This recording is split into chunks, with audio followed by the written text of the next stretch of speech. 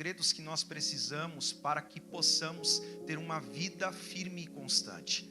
E o Senhor ministrou algo muito forte no meu coração, e a palavra que Deus me deu nessa noite, como o texto é autoexplicativo, o Senhor ministrou algo dentro de mim, gritando de uma maneira muito forte, dizendo: o segredo da firmeza e da constância se chama oração. O segredo da firmeza e da constância se chama oração. O segredo da firmeza e da constância se chama oração. O segredo da firmeza e da constância se chama oração. Do meu lado direito, ao som de 3, do meu lado direito, ao som de 3, eu gostaria que vocês repetissem alto e em bom som o tema da mensagem dessa noite, que é: o segredo da firmeza e da constância se chama oração. Vamos lá? 1, 2, 3. O segredo da firmeza e da constância se chama oração. Ao som de 3, meu lado esquerdo, por favor. 1, 2, 3. O segredo ao som de 3, por favor, toda a igreja. 1, 2, 3. O segredo da firmeza e da constância se chama oração. Olha para cá, por favor. Olha para cá. A primeira pergunta que eu faço nessa noite, você sabe que esse é meu jeito de pregar, e a primeira pergunta que eu faço nessa noite é: o que é essa tal de oração? Por que falamos tanto sobre essa oração? Quais são os conceitos gramaticais que definem a ideia de oração?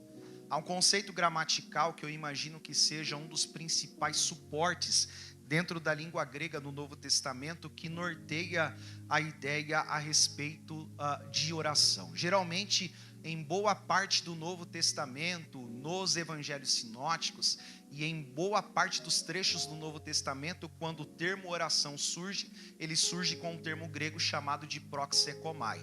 Proxekomai é a ideia de palavras que são dirigidas a um ser, e esse ser que é divino, e essas palavras que são dirigidas através de um diálogo a esse ser que é divino. Geralmente esse termo proxekomai são palavras que nós dirigimos a Deus. Então não é uma conversa entre duas pessoas, não é uma conversa num senso de julgamento, não é a conversa com um ser humano que busca justiça com outro ser humano, mas é uma ideia de uma pessoa que está conversando diretamente com Deus, e essa ideia que é oração se chama no grego proxekomai. Proxekomai, ele aparece em pelo menos 3 textos que eu destaco nessa noite. Eu acho legítimo e relevante falarmos sobre, que é quando Paulo fala em Efésios 6,18, que nós devemos orar em todo o tempo e com toda oração e súplica no Espírito. O termo ali é proxekomai. Proxekomai aparece em Hebreus 13,18, quando a Bíblia nos ensina que os líderes da igreja estão pedindo oração do povo para que eles tivessem discernimento daqueles que eram verdadeiros, e quando eles carecem dessa oração, o termo que aparece ali é proxekomai. Proxekomai é aquele que aparece em Romanos 8,26, quando a Bíblia diz para nós que quando nós não sabemos como convém orar, a Bíblia diz que o agente intercessor por nós se chama Espírito Santo, ele que executa o proxekomai no nosso lugar. Eu acho interessante que esse termo que significa proxekomai faz muito sentido, porque traz para nós a ideia de palavras que nós dirigimos através de um diálogo ao nosso Deus. É interessante que a maioria das vezes que o termo oração aparece no hebraico, das 84 vezes que o termo oração aparece dentro de uma expressão hebraica que é palaal, essa expressão em hebraica, por pelo menos 80 vezes das 84 que aparece na forma reflexiva ou recíproca.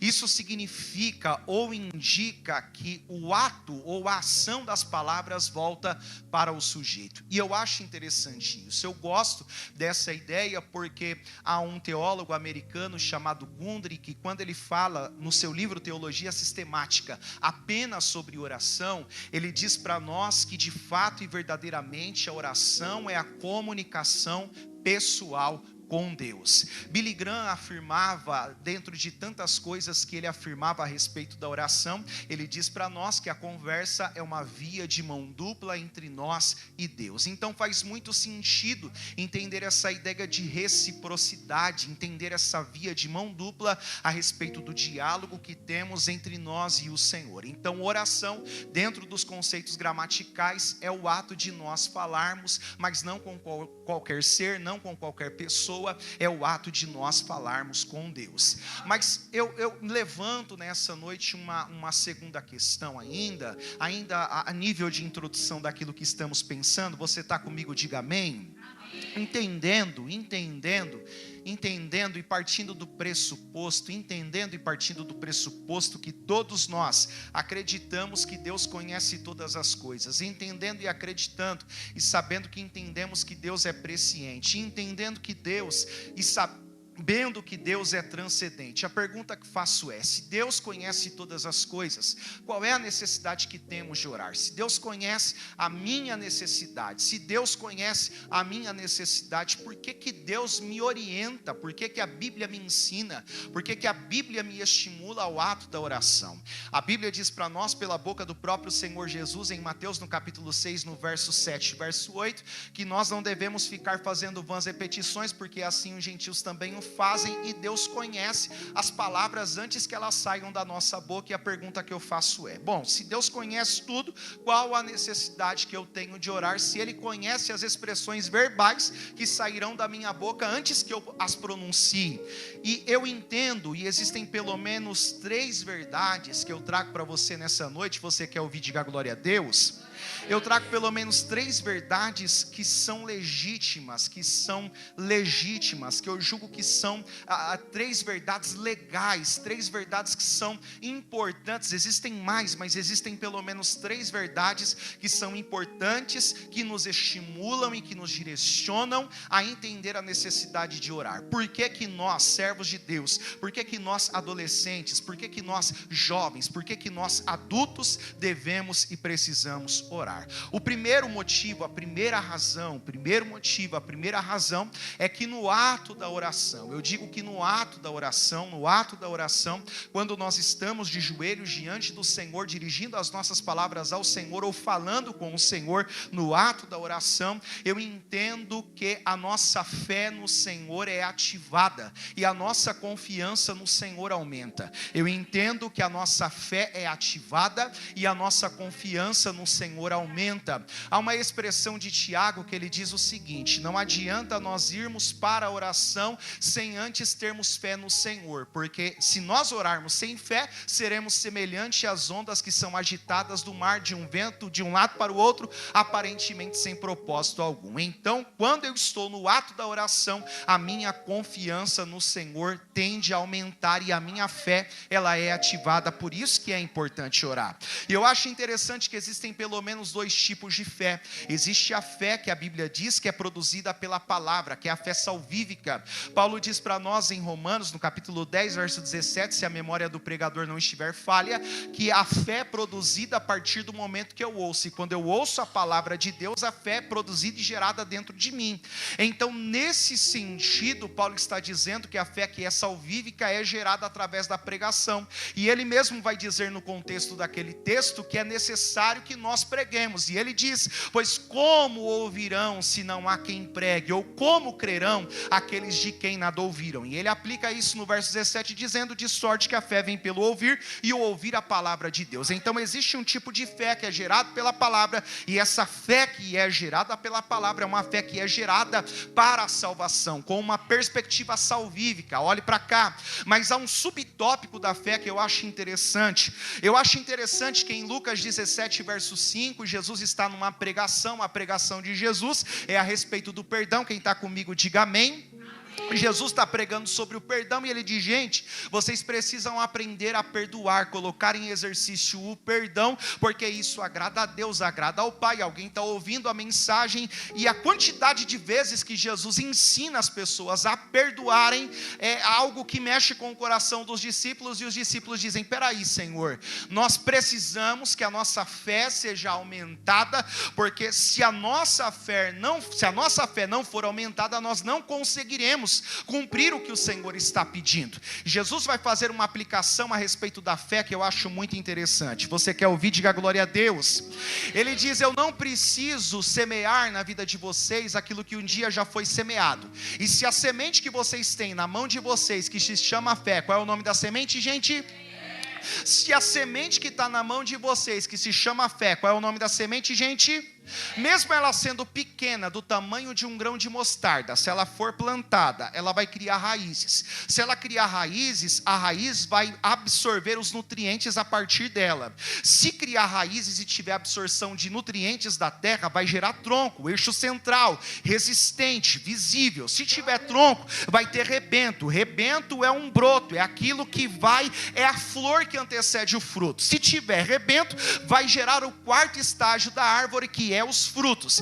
Então, ainda que seja uma fé pequena, semelhante ao grão de mostarda, se for plantada, ela crescerá, produzirá frutos, e o nome do Senhor. Eu estou te dizendo que existem exercícios da fé na nossa vida, que elas não são resultados de algo que pode ser produzido pela palavra. Nós precisamos viver os processos, e quando nós vivemos esses processos, precisamos orar, porque somente debaixo da oração nós suportaremos o processo que Deus tem, porque entre o tempo da semeadura e o tempo da colheita são tempos distintos, mas quando eu tenho uma vida ativa de oração diante de Deus, a minha confiança no Senhor tende a aumentar. Aquilo que é pequeno um dia pode se tornar grande, e o nome de Jesus ser glorificado. O ato da oração é dizer: Deus, eu não estou no futuro, eu estou no presente. Estando no presente eu não conheço o meu futuro,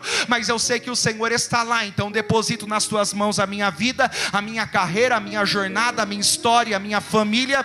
E quando nós estamos orando, nós não estamos vendo o futuro, mas nós o colocamos na mão de Deus. E quando nós colocamos na mão de Deus, Deus está nos dizendo que haverá produção de frutos, e o nome do Senhor será glorificado. Alguém sente Jesus aqui nessa casa?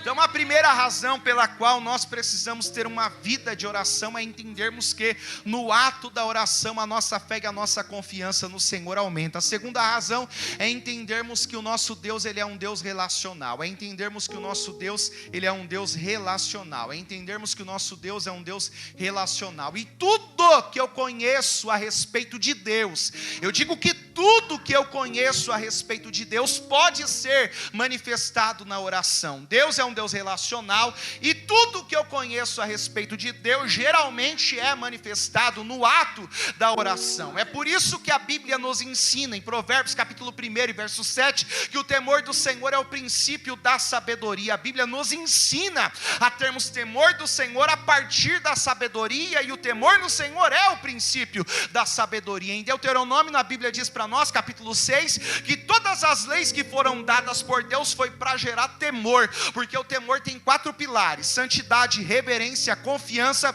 e reconhecimento. Por que tudo isso precisa ser gerado em nós? Porque quando nós conhecemos quem Deus é, a sua santidade, o seu poder, nós o reverenciamos, não porque tememos apenas, mas porque nós entendemos aquilo que fere a sua santidade. Então, quando nós entendemos que aquilo que fazemos de errado fere a santidade de Deus, no sentido de compreendermos que fomos acolhidos no seu rebanho, não que Deus ele fique escandalizado com os nossos erros, mas nós sentimos esse temor de pecar contra o nosso Deus, e nós vamos para o ato da oração, nós manifestamos diante de Deus a ideia que nós sentimos a respeito dele. Por que isso é importante? Porque nós precisamos entender que o nosso Deus é um Deus relacional. Então, no ato da oração, nós transbordamos em amor. É importante nós orarmos, porque quando nós estamos orando, a intimidade gera em nós autonomia na comunicação. Eu não sei se você percebe, mas é impossível.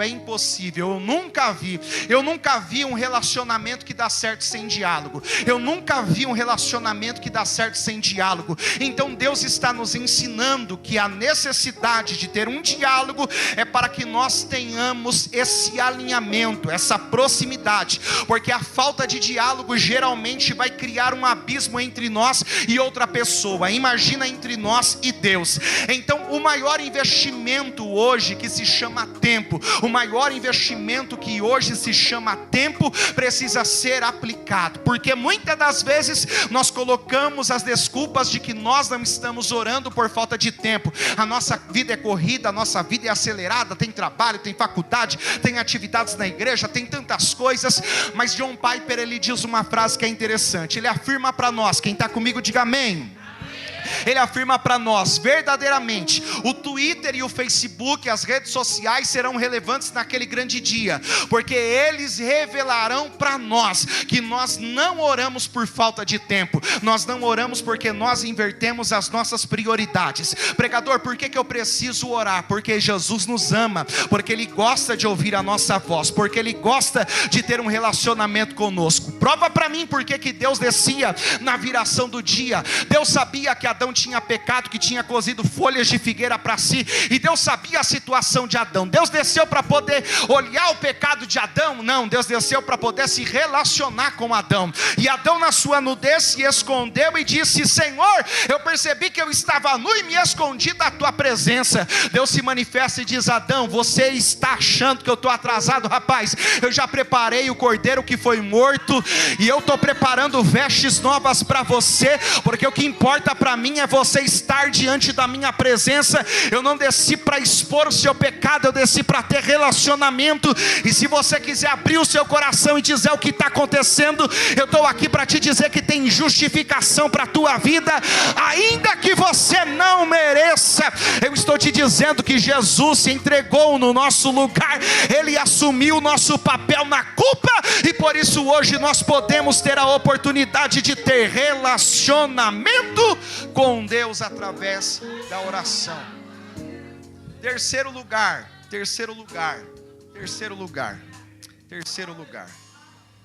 Olha a grandeza da oração. Primeira razão para nós orarmos, você está comigo? Diga amém.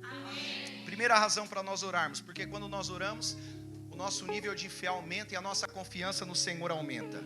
Segunda razão para nós orarmos, entendermos que nosso Deus é um Deus relacional. Você está comigo? Diga glória a Deus.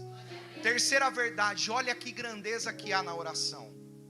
Através da oração, Deus permite que nós, criaturas pequenas, nos envolvamos com coisas espirituais relevantes. Através da oração, Deus permite que nós, criaturas pequenas, nos envolvamos com coisas relevantes espiritualmente. Não estou falando de coisas materiais, eu estou falando de coisas espirituais. A Bíblia diz que Deus aparece para Abraão e diz assim: Abraão, você precisa se circuncidar como sinal da aliança que eu tenho contigo. Abraão é um velhinho adiantado em idade, ele precisa cortar a carne do seu prepúcio. Depois você pergunta para o seu pastor o que significa isso. Mas você está comigo? Diga amém. Eu sei que aquilo gerava uma dor indiscutível no homem. E os estudiosos dizem, você está comigo? Diga glória a Deus, que o terceiro dia era o pior dia de dor, pastor Ezequiel. A Bíblia diz para nós que no terceiro dia, pastor Lindinalvo, que era o pior dia de dor de Abraão depois da circuncisão, a Bíblia diz que Deus visita ele nos carvalhais de Manre. E no terceiro dia, que era o dia da dor mais violenta de Abraão, a Bíblia diz que Deus se revela para ele, visitando ele. A Bíblia diz que quando Deus o visita, ele manda a sua esposa preparar leite, queijo, cabrito, para poder servir os anjos que estão sendo recepcionados na sua casa. A Bíblia diz que é o dia da mais violenta dor de Abraão, mas o anjo vem com uma notícia. A notícia é: eu vou destruir Sodoma e Gomorra, e o problema é que o sobrinho de Abraão estava lá e o seu nome era Ló. A Bíblia diz que Abraão, mesmo na dor mais violenta, ele entra pelo caminho da intercessão e numa conversa com Deus, a Bíblia diz que o anjo visita a cidade de Sodoma e Gomorra, mas antes livra o Ló, sobrinho de Abraão. A Bíblia diz para nós que Moisés ele está diante de uma grande confusão diante do povo, e a vontade de Deus é: vou matar todo mundo. Moisés, reconstruir um novo povo para você poder liderar. Mas Moisés entra pelo caminho da intercessão e diz: Senhor, o problema é que se o Senhor matar esse povo, que dirão a respeito de ti? Eu estou defendendo o teu caráter porque eu te amo, eu te conheço, e o Senhor disse que levaria esse povo para uma terra que mana leite e mel. E pela intercessão de Moisés, a Bíblia diz que Deus trouxe livramento para o povo. A Bíblia diz que Josué está numa grande batalha,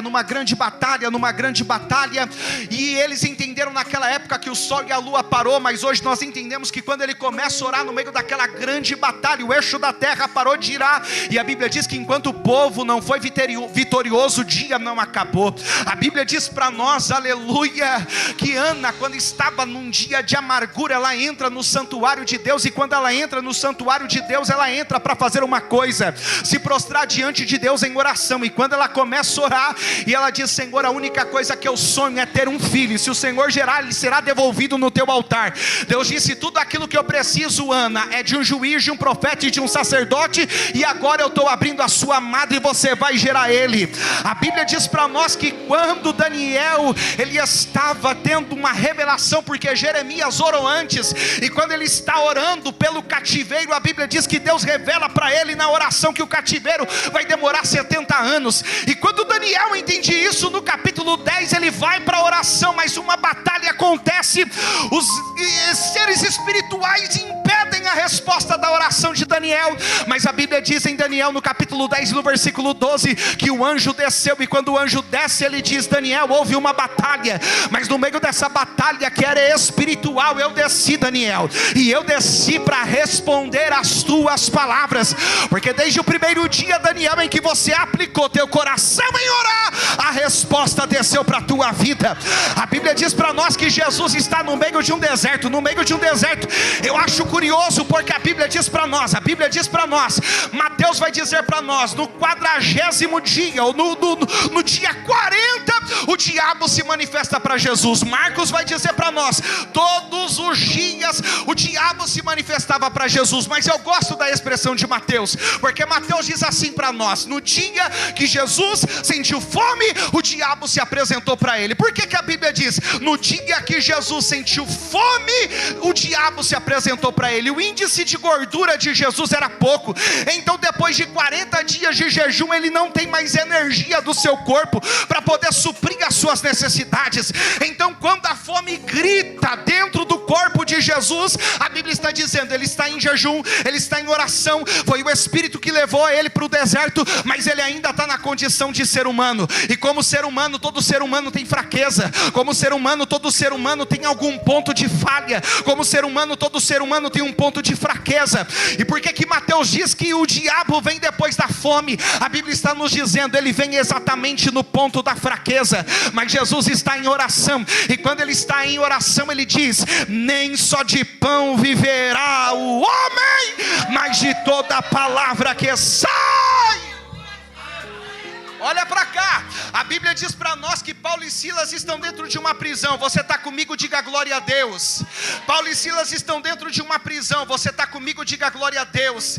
Eles estão ali por amor ao Evangelho, as costas sangrando, o coração machucado, o psicológico afetado, mas eles tomam uma decisão. Enquanto um ora, o outro canta, enquanto o outro canta, o outro ora. E eu acho interessante que a geografia diz para nós, se eu não me engano, a geografia afirma para nós que as placas tectônicas da terra estão em constante movimento. A grande diferença é que estão muitas das vezes em escalas maiores, em outras vezes em escala menores. E quando há tremores das placas, os choques das placas tectônicas em um volume, em uma escala muito alta, esses tremores são sentidos aqui na terra. E geralmente quando há esse abalo das placas tectônicas em uma escala muito alta, geralmente a sustentação do prédio é afetada, e depois o teto vem abaixo. A Bíblia diz para nós que Paulo e Silas estão cantando e orando, cantando e orando, cantando e orando, cantando e orando, cantando e orando. A Bíblia diz que Jesus chacoalhou embaixo, segurou em cima, o teto não veio abaixo, mas as prisões de todos foram soltas. E quando as prisões de todos foram soltas, eu estou ouvindo barulho de glória. Quando as prisões de todos foram soltas, eu estou ouvindo barulho de aleluia. A Bíblia diz que o carcereiro que prendeu Paulo disse: Paulo, eu vou tirar minha vida. Todos foram embora. Ele disse: todos estão aqui sustentados pela oração. E ele disse: o que farei eu para ser salvo? Creia no Senhor Jesus Cristo e será salvo você e a sua casa.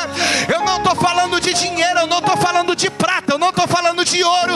Eu estou falando para uma geração que vai experimentar coisas espirituais profundas.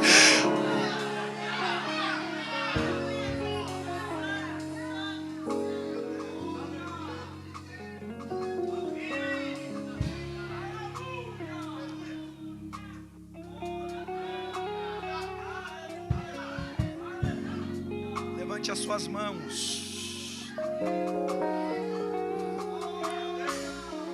Assim diz o Senhor para esta casa: eu vou trazer poderosas revelações nesse congresso dos 22 anos do grupo Nova Geração.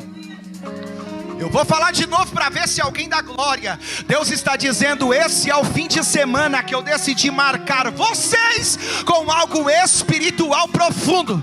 Alguém passou por essas portas dizendo: é mais um culto, é mais um dia, é mais uma visita, é mais uma vez que eu saio da minha casa, da minha igreja, do lugar onde eu moro, do lugar onde eu congrego, para poder ir para mais um culto. O céu está dizendo: eu te peguei na curva, porque hoje você foi atingido pelo meu propósito.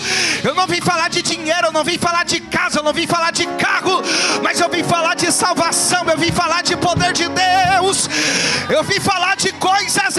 Eu sinto a graça. Aleluia.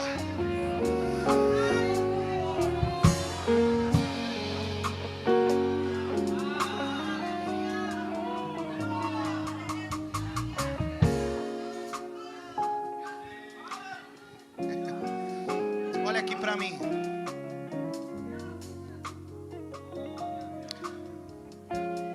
Eu amo, eu digo a vocês que eu amo a construção de Lucas a respeito desse texto. Porque se você reparar depois na sua casa, você vai ver que esse é o mesmo conceito da oração dominical. O que é a oração dominical? A oração dominical é uma oração estruturada pelo Senhor Jesus, é um modelo amostral de oração. E por que Jesus ele exemplifica essa ideia de oração? Qual é a necessidade de Jesus exemplificar isso? Eu amo a construção de Lucas porque isso deixa claro. Os discípulos estão vendo Jesus no ato da oração, e ao verem Jesus no ato da oração, eles dizem: Senhor, nós queremos que o Senhor nos ensine a orar. João fez isso com os seus discípulos, e nós queremos ter essa profundidade de oração. Nós não queremos ser como os demais, as outras religiões. Nós queremos que o Senhor nos ensine. Jesus ele vai dar essa demonstração e esse plano amostral do que seria oração.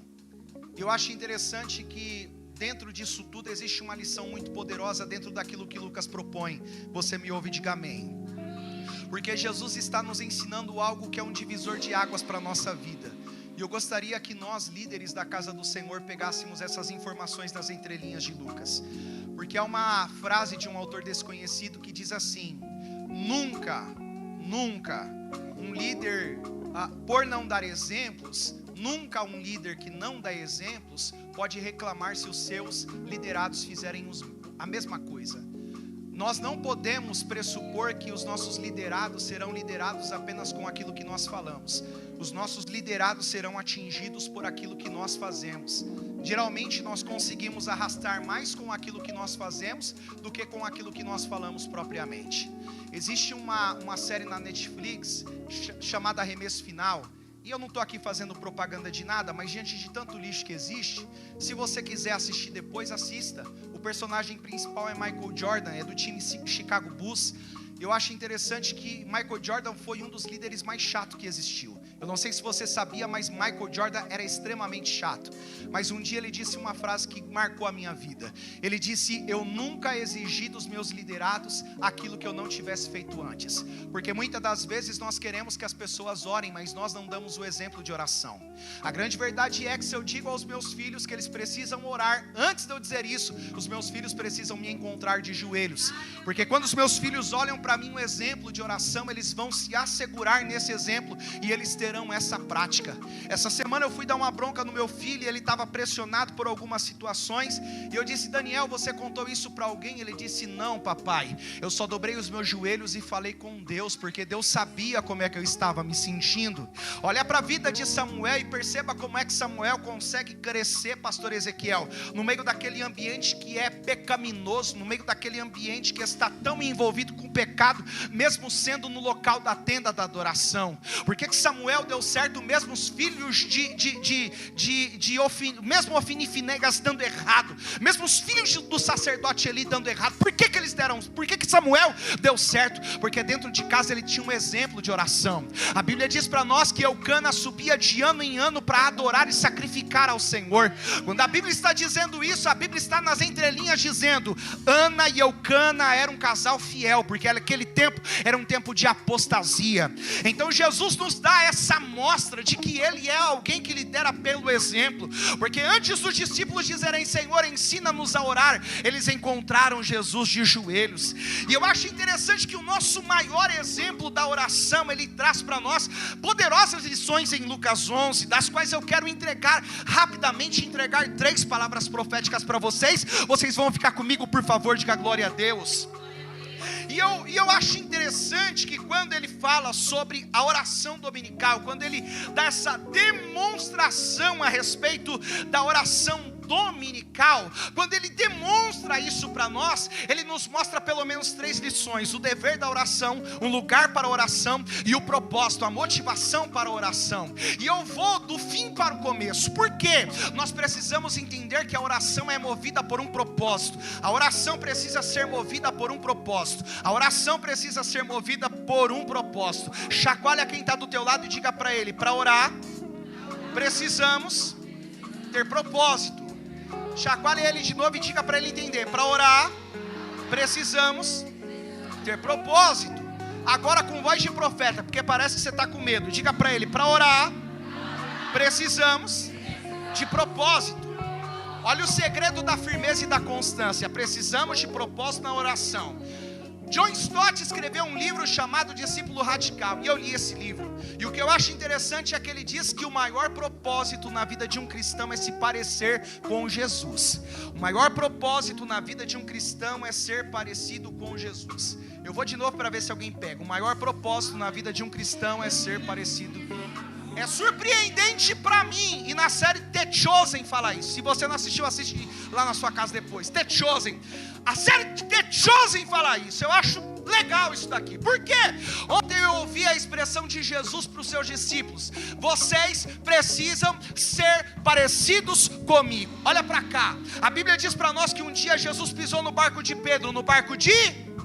E quando Jesus pisa no barco de Pedro, ele precisa pregar para a multidão. Jesus sabe que Pedro não pegou nada a noite toda tendo pescado, sabe que ele está consertando as redes. Jesus usa o barco para poder pregar, e quando termina a pregação ele diz: Pedro, faça o mar alto, porque lá nós vamos pescar aquilo que você precisa. Há quem diga que Pedro pagava o aluguel diariamente. E aí a história diz para nós que quando ele ouve isso, ele diz: Senhor, eu vou porque o Senhor está mandando, e eu vou fazer segundo a tua palavra, porque eu não acredito que isso vai acontecer. Mas a Bíblia diz que quando eles vão ao mar alto, eles jogam as redes, eles precisam dar sinais aos outros barcos para que eles venham acudir o barco de Pedro diante da pesca maravilhosa. Você não deu glória, mas tudo bem. O que me chama a atenção é que Fillings Day, que ele diz um número absurdo de barcos. Eu não acredito que existia a quantidade de barcos que Fillings Day que diz. Ele diz que existiam 4, 5 mil barcos. É possível que existia isso? Eu não acredito. Eu acho que é uma hipérbole a respeito de Fillings Day, que de tantos barcos. Mas o fato é, de tantos barcos que existiam ali, Jesus decidiu pisar no barco de Pedro. Depois da pesca maravilhosa, Pedro olha para Jesus e diz: Senhor, afasta-te de mim. Sabe por quê, Senhor? Eu sou um homem pecador. Mas a Bíblia diz que o Senhor Jesus olhou para Pedro e disse: Pedro, eu não errei quando eu pisei no teu barco. Pedro, eu não errei quando eu pisei no teu barco. Pedro, eu não errei quando eu pisei no teu barco. Pedro, eu não errei quando eu pisei no teu barco. Pedro, eu não errei. Você vai ser parecido comigo, vai apacentar as minhas ovelhas. Levante a mão, Deus está confirmando.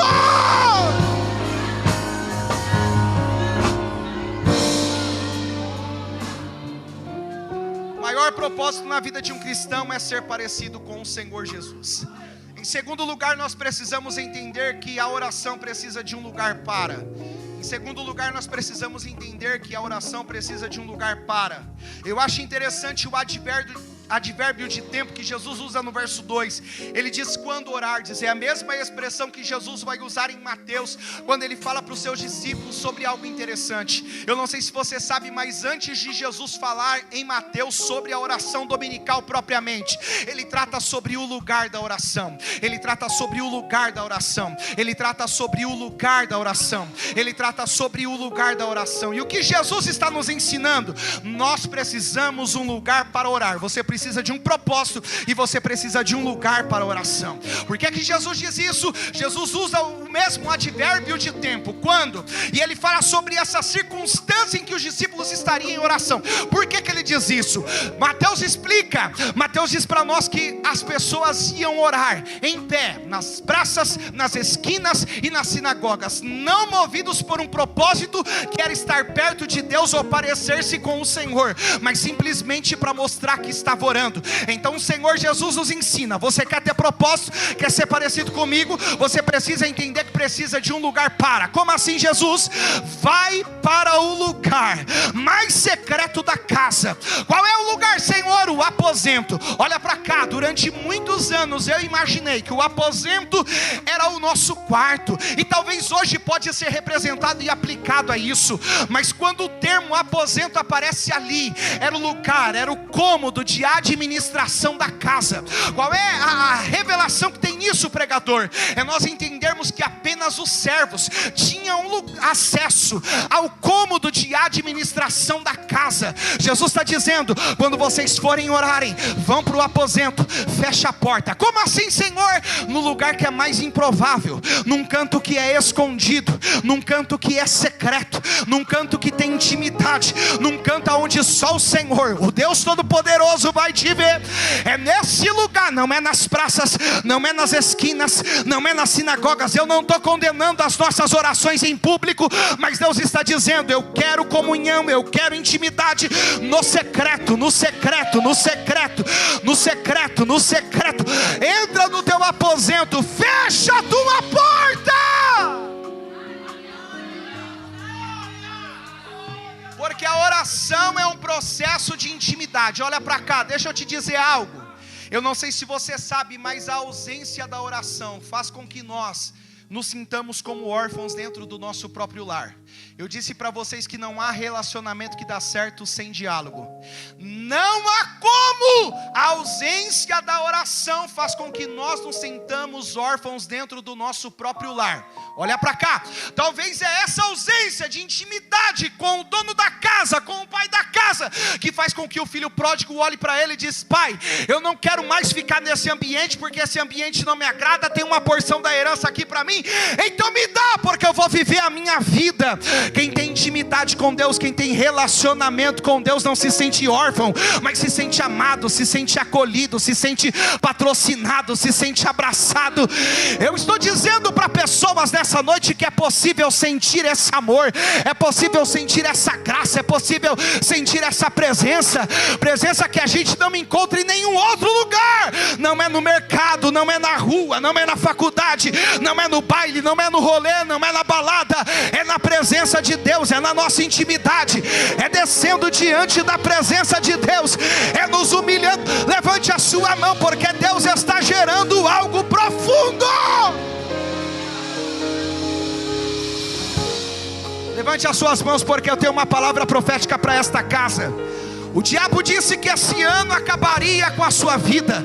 O diabo gritou e me disse: esse ano eu acabo com a jornada dele. O diabo gritou e disse: esse ano ele para, esse ano ela para, esse ano vai. Mas o céu está dizendo: esse ano será o ano que você terá uma vida de intimidade com Deus. Não, você não acreditou, eu vou profetizar com os meus olhos. É o ano de intimidade com o Senhor. Eu estou dizendo que Deus está levantando jovens, adolescentes com o cheiro de Deus, aroma de Deus, cheiro de Deus, aroma de Deus, cheiro!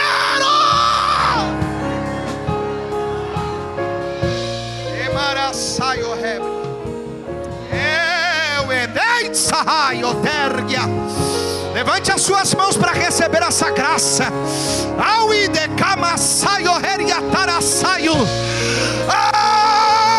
Levante a mão.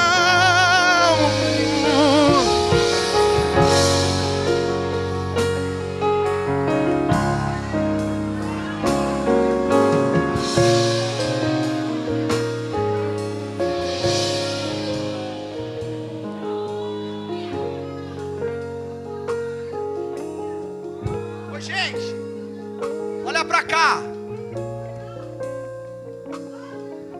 Parece que eu estou vendo Jesus fazendo, numa linguagem nossa, parece que eu vejo Jesus fazendo uma publicação numa rede social,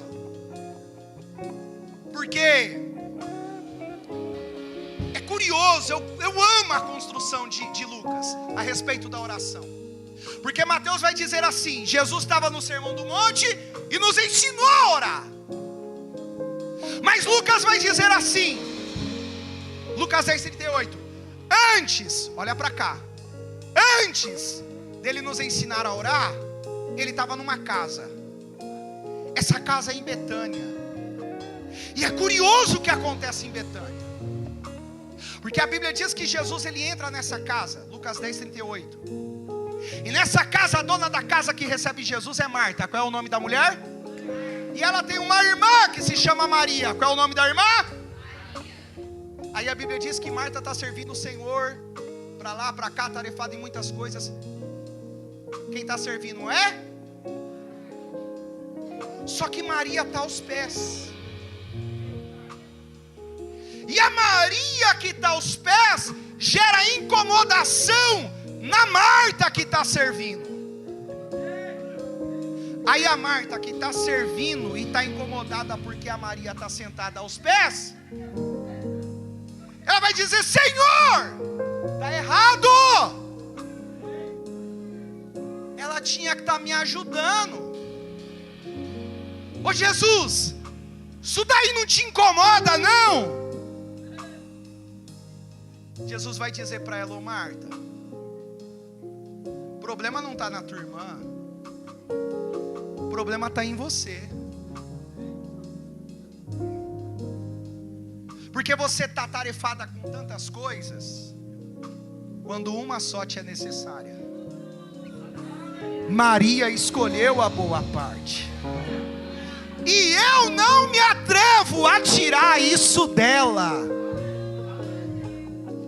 Aí vem Lucas 11, Jesus vai falar sobre a oração.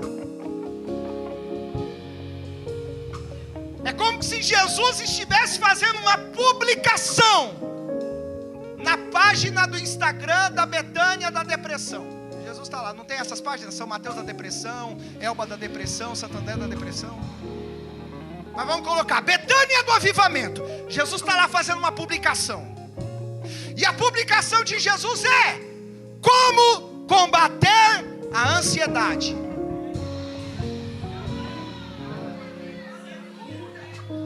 Augusto Kerme, um neuropsicanalista, psicólogo, entende muito de neurociência.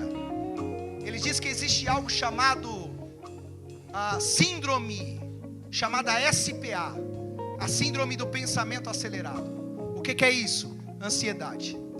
A ansiedade, ela está chegando num nível que pode ser pior do que a depressão.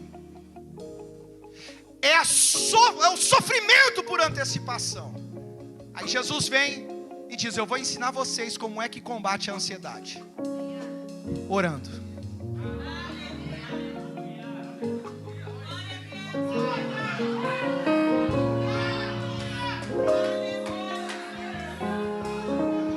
Jesus está lendo um artigo, ou nós estamos lendo um artigo que Jesus está publicando no jornal, e ele está dizendo: eu vou ensinar vocês como é que combate a ânsia. Como é, Jesus? Orando.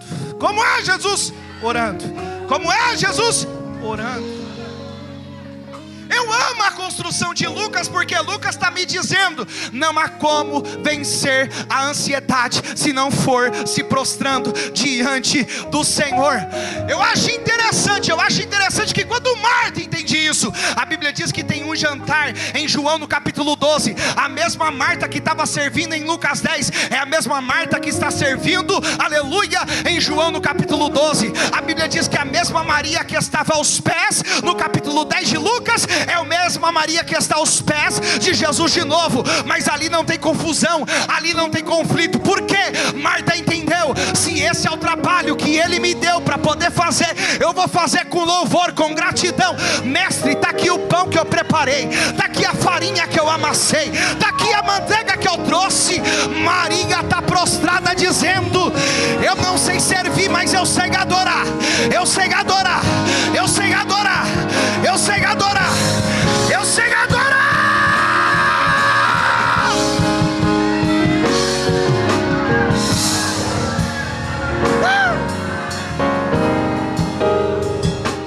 Talvez você não sabe pregar, mas eu vou te perguntar e você me responde no glória, se você entender. Talvez você não sabe pregar, mas adorar você sabe. Eu não sei se você me entende. Talvez você não ora como muitos, mas adorar você sabe. Talvez você não tenha tanta entonação na voz, mas adorar você sabe. Talvez você não tenha ainda o dom da pregação, mas eu te pergunto: adorar você sabe. Talvez você não manuseia instrumento, mas eu te pergunto: adorar você sabe. Vem, abre a boca, abre a boca, abre a boca, abre a boca.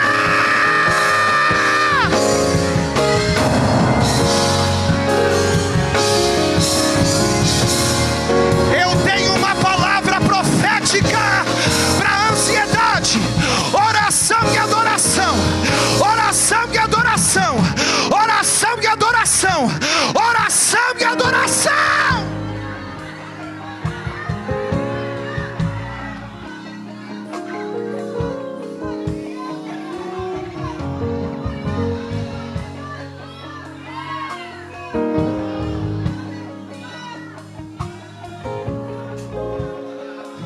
O passado que é frustrante não vai te parar.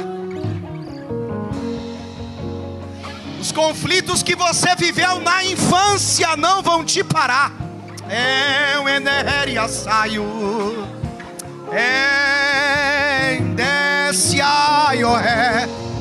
Eu sinto Jesus descendo sobre mentes e sobre corações. E eu ouço almas que gritam por socorro. E o Espírito que é santo desce dizendo: eu sou cura para tua alma, eu sou cura para tua alma. Ai, ai, ai, ai, ai, ai. Jesus é maior do que o namorado. Jesus é maior do que o casamento. Jesus é maior do que o desemprego. Jesus é maior do que o dinheiro. Jesus, ah não, irmão, abre a boca.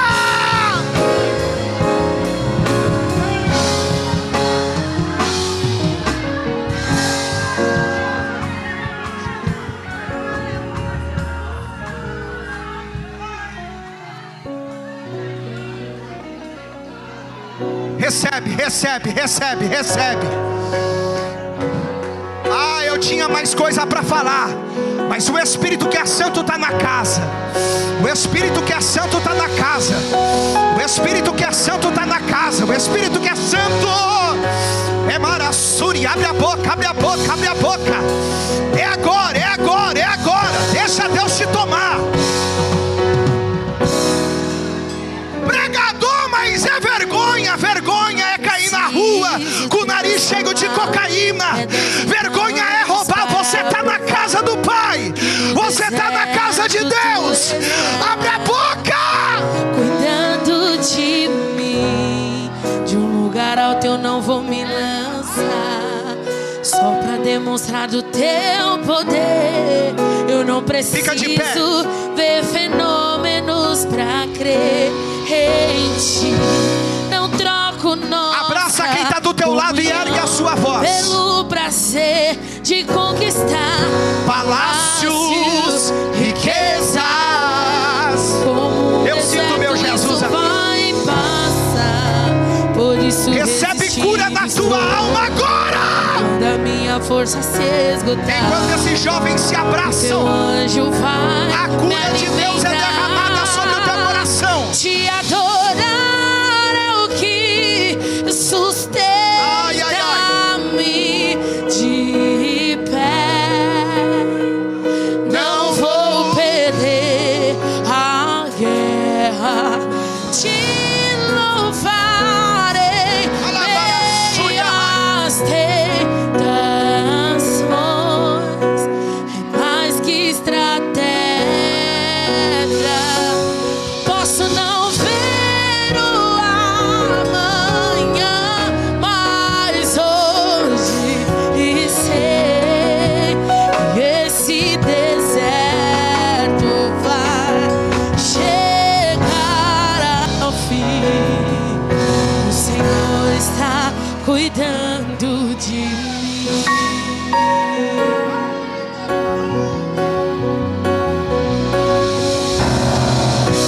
Eu não preciso transformar pedras em pães para provar que no deserto Deus está.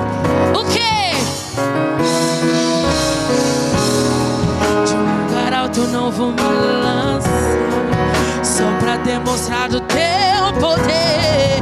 Eu não preciso ver fenômenos para crer em ti. Não troque essa comunhão pelo prazer de conquistar. Como um deserto isso vai passar, por isso resistindo estou. Quando a minha força se esgotar, o teu anjo vai me alimentar e te adorar é o que sustenta-me de pé. Eu não vou perder a guerra e te louvarei meias tentações. Mais que estratégia, posso não ver o amanhã, mas hoje eu sei esse deserto vai chegar ao fim. O Senhor está e te adorar é o que sustenta-me de pé. Eu não vou perder a guerra e te louvarei meias tentações. É muito mais. Posso não ver o amanhã, mas hoje eu sei esse deserto vai chegar.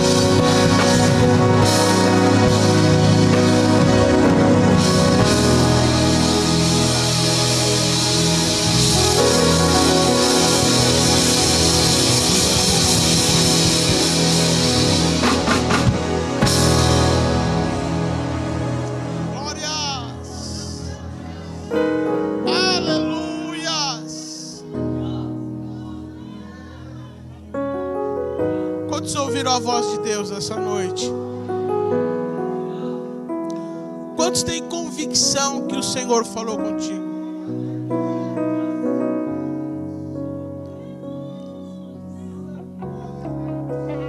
Irmãos, uma coisa é nós ouvirmos. Amém? Quem está me ouvindo, diga amém.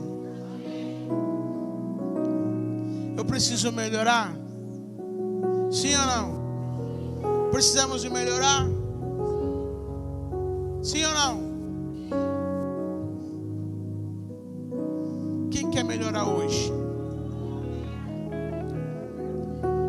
Quem entrou aqui hoje e precisa sair daqui com uma nova decisão? Só Deus e você sabe como você veio.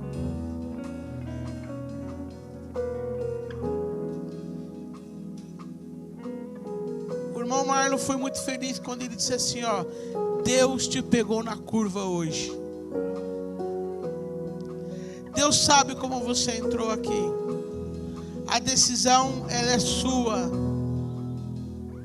Se você quer ser renovado, quer renovar sua aliança com Deus, quer voltar para o seu lugar de adorador, vem aqui na frente, nós vamos orar por você.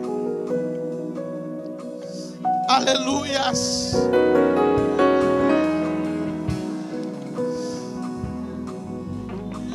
Aleluias.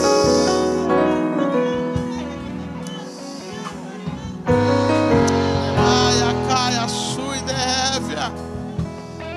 Tem mais alguém? Tem mais alguém? Eu não posso fazer isso por você. O Marlon não pode fazer isso. A cantora não pode. Os obreiros não podem. O ministério não pode. O departamento não pode. Somente você. Saia do seu lugar. Vem aqui. Aleluias. Eu vou te falar uma coisa.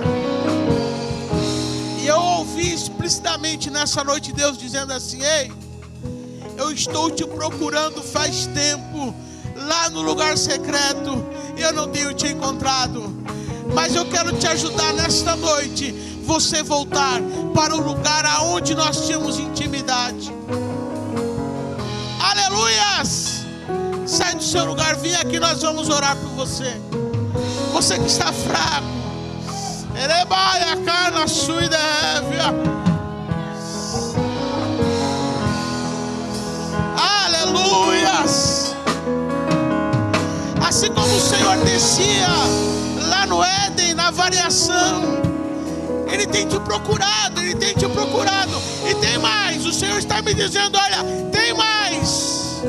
Eu estou te procurando, eu estou esperando. Aleluias! Vem aqui, nós vamos orar por você. Aleluias! Não adianta eu olhar para tudo isso.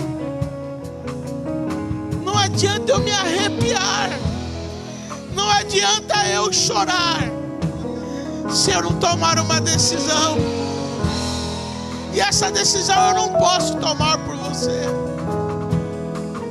Aleluias. Faça como Maria, escolha a melhor parte. Vem aqui, nós vamos orar por você. Você que está afastado, você que está fraco, você que quando ora até diz assim: parece que a minha oração está dentro de uma garrafa. Deus está te vendo hoje. Tem mais alguém? Vamos orar. Está a Marcela, que está serva do Senhor. Deus é poderoso. E Deus só vai fazer com todo o poder que Ele tem. Mas Ele só vai fazer se você falar: Senhor, faz em mim de novo. Só se você permitir que Ele faça. Quantos creem que Deus pode renovar?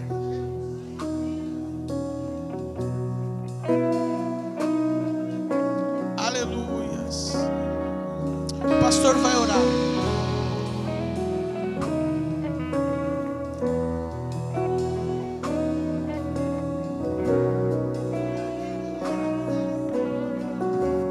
Oremos, meus irmãos, nosso Deus, Deus e Pai, diante da Tua presença gloriosa, maravilhosa, está esta vida, que ao ouvir a mensagem poderosa da Tua palavra, neste momento o Senhor está aos Seus pés, mas creio que neste momento as Tuas mãos estão segurando, está abençoando, está protegendo, está guardando, está livrando de todo mal.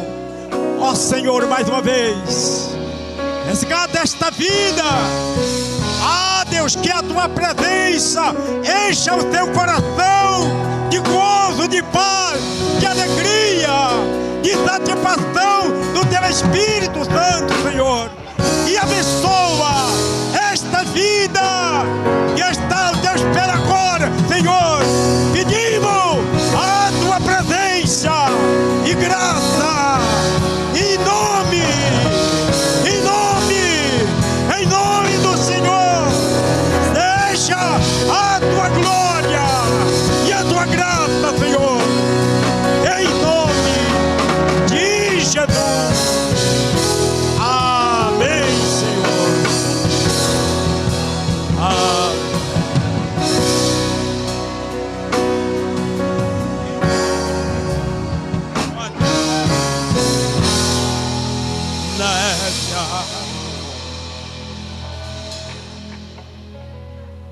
Glória a Deus.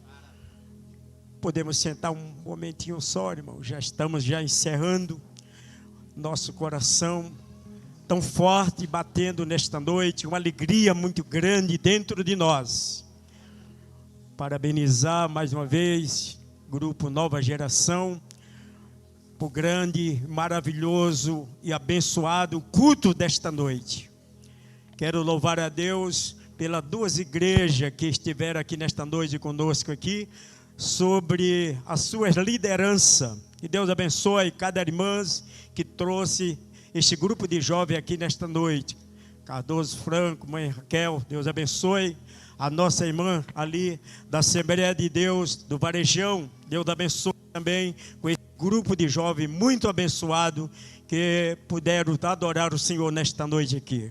Deus abençoe o evangelista irmão Marlon, que sempre traz para o nosso coração uma doce, gloriosa, abençoada palavra da parte de Deus. Deus abençoe a cantora também, que Deus enviou nesta noite junto conosco, está adorando, bendizendo o nome do Senhor.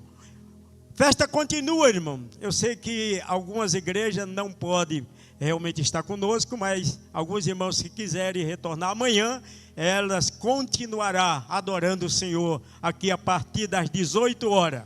Mais um culto com os nossos jovens, nova geração, enaltecendo e adorando o nome do Senhor. Amanhã nós temos trabalho da nossa escola bíblica dominical pela manhã. Se você quiser vir tomar um café, chegando aqui mais ou menos das 8h30 em diante, nós temos um café. Toma aquele café, sobe aqui para cima e vamos ouvir a palavra de Deus. Que Deus abençoe, vamos se colocar de pé e agradecer ao nosso Deus por grande e maravilhosa bênção Ele concedeu nesta noite a cada um de nós. Curve a sua cabeça, estenda as suas mãos. A graça do Senhor Jesus Cristo e o amor de Deus, a comunhão e a consolação do Espírito Santo, seja com a sua igreja, não somente hoje, mas para sempre. Todos digam amém. Deus abençoe. Temos cantado.